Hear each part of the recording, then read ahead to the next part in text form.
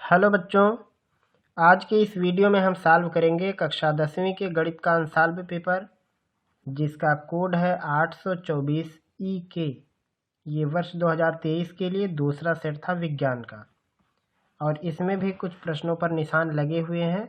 मतलब ये वर्ष 2024 के लिए बोर्ड परीक्षा से निकाल दिए गए हैं ये टॉपिक। तो आप इनको अभी 2024 के लिए आप इनको इग्नोर करना, इनकी ज़रूरत नहीं है 2024 में, जिन पे ये निशान लगा हुआ है।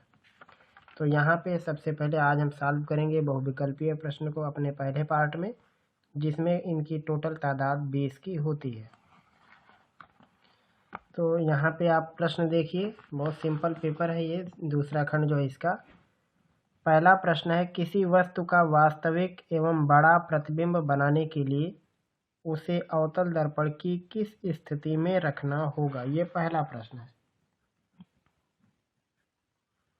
अवतल दर्पण है का, इससे हमें बड़ा प्रतिबिंब बनाना है। तो दो केस में ये बड़ा प्रतिबिंब बनाता है।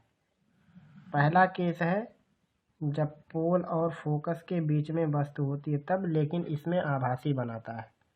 तो दूसरा केस है इसका, फोकस और सेंटर के बीच में अगर वस्तु को रखें हम कहीं पर भी, तो बड़ा बनाएगा, वास्तविक बनाएगा और उल्टा बनाएगा। कहीं भी आप रख दोगे इसको तो ये इमेज दूसरी तरफ देगा, यहाँ सेंटर और अनंत के बीच में बड़ा देगा।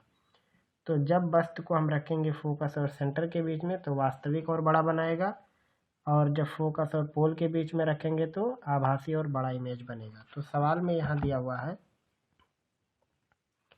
कि वस्तु का वास्तविक और बड़ा प्रतिबिंब बन रहा है। इसका मतलब वस्तु कहाँ पे होनी चाहिए, वक्रता केंद्र और फोकस के बीच में।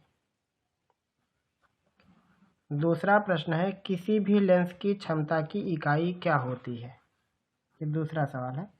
तो जो लेंस की क्षमता P होती है उसको लिखते हैं 1/f से, जहाँ f का मतलब फोकस दूरी और दूरी का मात्रक हमें रखना है मीटर में। तो अगर मात्रक की निगाह से देखें तो 1/मीटर बनेगा, और इसको हम लिख सकते हैं प्रति मीटर।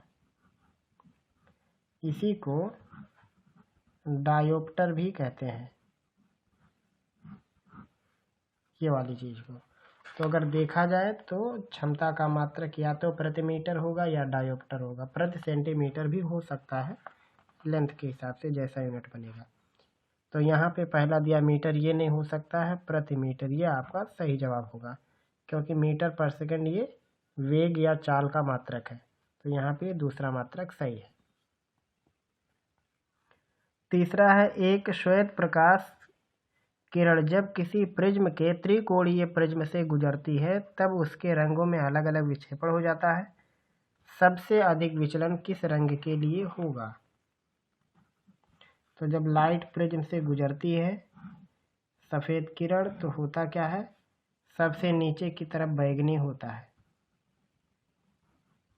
मतलब सबसे ज़्यादा अपने मूल मार्ग से भटकने का काम बैगनी का।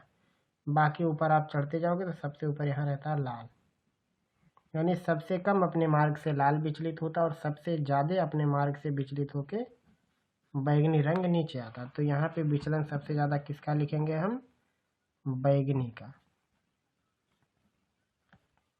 चौथा, ये टॉपिक कट गया है। सूर्य श्वेताभ प्रतीत होता है, मतलब सूर्य सफ़ेद कब दिखता है, दोपहर के टाइम दिखता है। सिंपल सी बात है ये, दोपहर के समय। बाकी यहाँ पे आप देखोगे सूर्योदय से पहले, सूर्योदय सूर्यास्त के समय, तो इन सब में लाल या हल्का पीले कलर में आता रहता है, और सफ़ेद कलर यहाँ पे दोपहर में, दोपहर की उपस्थिति में होता है।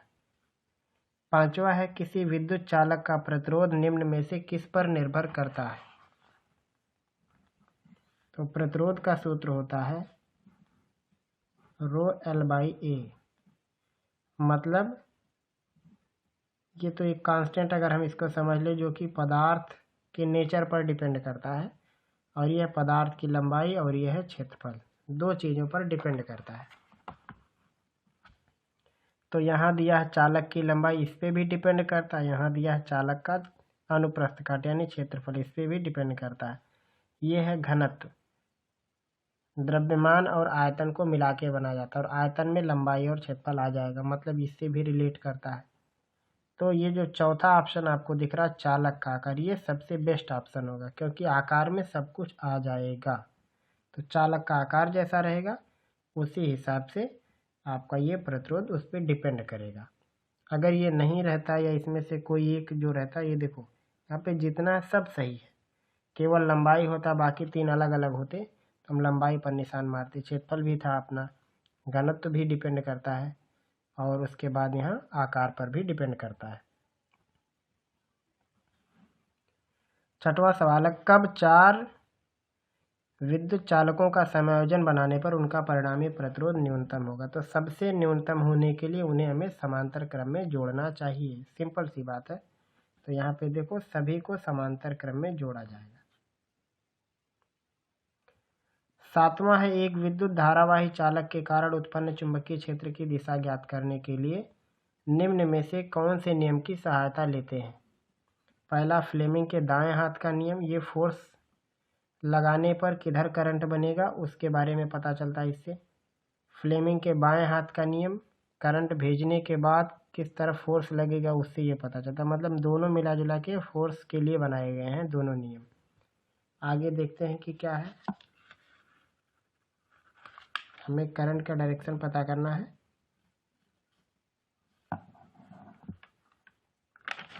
कि करंट भेजने पर किस साइड में बनेगा। तो आगे के ऑप्शन में देखिए दिया है दाहिने हाथ के अंगूठे का नियम, ये बिल्कुल करेक्ट है। अंगूठे के नियम से जैसे हमें पता करना तो हम उस चीज़ को ऐसे पकड़ लेते हैं, उसके बाद अंगूठा हम रखते हैं धारा की दिशा में और बाकी उंगलियां जिस साइड में फोल्ड हो जाती हैं उस साइड आता है चुंबकीय क्षेत्र की दिशा। तो ये नियम सबसे बेहतर है। कहीं कहीं पे पेंचमापी का नियम भी होता है, ऑप्शन में आता है, तो वो भी सही रहेगा। पेंचमापी का नियम भी सही रहता है। आठवां सवाल, अब यहाँ से केमिस्ट्री शुरू हो रही है। आपके साथ थे फिजिक्स के खंड और यहाँ से केमिस्ट्री। पहला, निम्न में से कौन सी धातु ठंडे जल से हाइड्रोजन गैस निकालती है? तो कैल्शियम होता है, पोटेशियम, सोडियम, ये सभी जितनी धातुएं हैं, यानी जो धातु ऑक्साइड हैं आपकी जो भी, वो सभी ठंडे जल से हाइड्रोजन गैस निकालती हैं और साथ में निकालते ही तुरंत हाइड्रोजन गैस प्रज्वलित हो जाती है, यानी अपने आप जल भी उठती है ऐसा लगता है। काफ़ी तेज़ी से निकालते हैं लोग। ऊष्मा भी उत्पन्न होता है क्योंकि ऊष्मा क्षेपी रिएक्शन होता है इसमें। तो यहाँ पे पोटेशियम दिया हुआ है, पोटेशियम है। सोडियम हो सकता था, सोडियम रहता उस पर निशान लगाते। कैल्शियम होता तो उस पर भी निशान लगा सकते हैं। 9वां, निम्न में से एल्कीन है। एल्कीन का मतलब होता है जिसमें कार्बन कार्बन के बीच में द्विबंध हो, उसे हम एल्कीन कहेंगे। 3 बंध वाले को हम एल्काइन कहते हैं और सिंगल बंध वाले को हम एल्केन कहते हैं। तो यहाँ पे एल्कीन के बारे में कहा तो 2 बंध यहीं पे है कार्बन कार्बन के बीच में, तो ये सही रहेगा। फिर उसके बाद अगला 10वां प्रश्न, एक विलयन लाल लिटमस को नीला कर देता है, इसका पीएच मान संभव है? तो लाल लिटमस को नीला कर देता है तो ये काम केवल क्षार में होता है। जो क्षार होते हैं वही लोग लाल लिटमस को नीला करते हैं और क्षार की पीएच 7 से ज़्यादा होती है, यानी 8, 9, 10, 11 ऐसे होती है। तो यहाँ पे आप पीएच में देखो 8 यहाँ पे लिखा हुआ है। 7 से ज़्यादा दो भी जो भी गिनती रहता है, 7, 7.1, 7.2 जो भी है वो सब क्षार की सीरीज में जाता है। और क्षार का आदत होता है वो लाल लिटमस को नीला कर देता है। अम्ल की आदत होती है नीले लिटमस को लाल करता है। 11वां, क्लोरीन के अणु में आबंध पाया जाता है। तो क्लोरीन से क्लोरीन को हमेशा जुड़ता है सहसंयोजी आबंध के द्वारा। और उसके बाद 12वां, जल को जीवाणु रहित रखने के लिए, तो इसमें देखो जो दिया है धावन सोडा, बेकिंग सोडा, फिटकरी, इससे जीवाणु रहित वो नहीं होता। हालांकि उसमें जो कण होते हैं नीचे बैठ जाते हैं इनको डालने से, लेकिन जीवाणुओं को मारने का काम ये करता है। विरंजक चूर्ण जो यहाँ पे है ये काम करता है जीवाणुओं को मारने के लिए। 13वां, जिन अपक्रियाओं में आयनों के विनिमय से नए यौगिक बनते हैं उन्हें क्या कहते हैं? प्रतिस्थापन, योगात्मक, उभय अपघटन या वियोजन। उभय अपघटन के नाम से जाना जाता है जिनमें आयन का विनिमय होता है, यानी आयन का आदान प्रदान होकर नए यौगिक बनते हैं, तो उसे हम बोलते हैं उभय अपघटन। तो 7 सवाल थे फिजिक्स के और 6 सवाल था इसमें इसका केमिस्ट्री का। अब आगे देखते हैं, तो आगे 7 सवाल इसका भी है।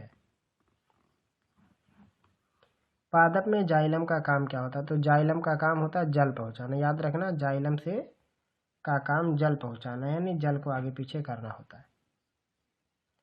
आनुवंशिकी के प्रयोग के लिए मेंडल ने निम्न में से कौन सा पौधा लिया था? मटर लिया था। सबसे ज़्यादा बार रिपीट होके पेपर में आने वाला प्रश्न यही है। निम्न में से कौन मानव मादा में जनन तंत्र का भाग नहीं है? यही सेम प्रश्न पीछे के सेट में भी था। तो मादा जनन तंत्र में कौन सा चीज नहीं पाया जाता है? शुक्रवाहिका नहीं पाई जाती है। स्वापोषी पोषण के लिए क्या आवश्यक है?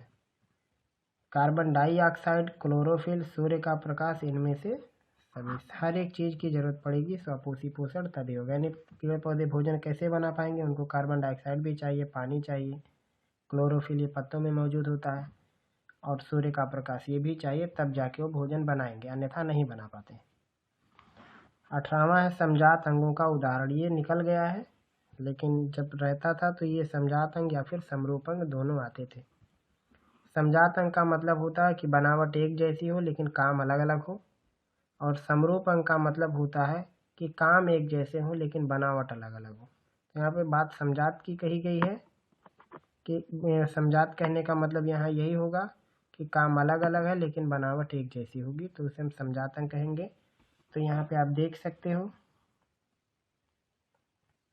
हमारा हाथ और ये अग्रपाद, ये दो के दोनों हाथ हैं, लेकिन ये इससे चलने का काम करता है और उससे हम अपना सब कुछ काम कर लेते हैं। तो ये पहला वाला पार्ट पाया जाएगा, मतलब पहले वाला जो यहाँ पे खंड है ये समजात अंगों की सीरीज में हम इसको डाल सकते हैं। 19वां है अलैंगिक जनन मुकुलन द्वारा होता है। तो मुकुलन बट किस में बनता है? वो ईस्ट में बनता है। सिंपल है ये आपको। उसके बाद अगला है 20वां प्रश्न, ये भी निकल गया। प्राकृतिक वर्णवाद का सिद्धांत किसने, यानी एवोल्यूशन सिस्टम के बारे में सबसे पहले किसने बताया था?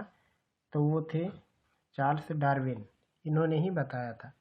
तो ये थे टोटल 20 ऑब्जेक्टिव प्रश्न जिसके बारे में आपको जानना चाहिए था कि कैसे इसका क्या पार्ट सही रहेगा। तो उम्मीद है कि आपको ये सारी बात समझ में भी आ गई होगी। उसके बाद आप आगे आप देख सकते हैं प्रश्न है वर्णनात्मक, जिसमें यहाँ पे कुछ न्यूमेरिकल दिए हुए हैं। एक है मोटर बाइक पर, उसके बाद निकट दृष्टि दोष से ओम का नियम वगैरह सब बताना है। तो इसको हम आपको दूसरे पार्ट में बताने की कोशिश करेंगे। उम्मीद है कि आज की बात आपको समझ में आई होगी। अगर आपका कोई भी प्रश्न, टॉपिक या डाउट होगा तो आप हमें ज़रूर बताएंगे। फिर मिलेंगे हम लोग जल्द ही अगले पार्ट में अगले टॉपिक के साथ।